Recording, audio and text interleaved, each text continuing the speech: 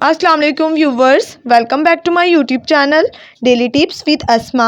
नाकिद नाम का शुमार लड़कों के नामों में होता है। नाकिद एक इस्लामी नाम है।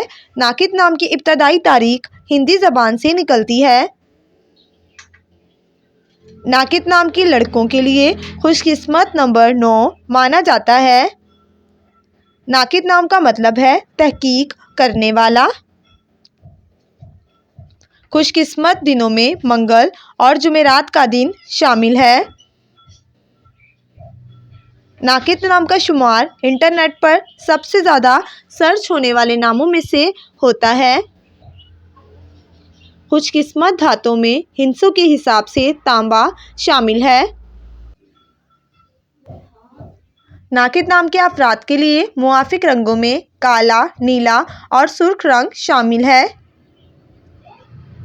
नाकिद नाम के अफराद के लिए मुआफिक पत्थरों में पुखराज पत्थर शामिल है।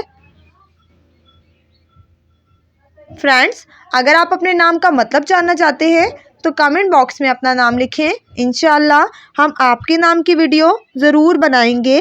Thanks for watching. अल्लाह हाफिज़।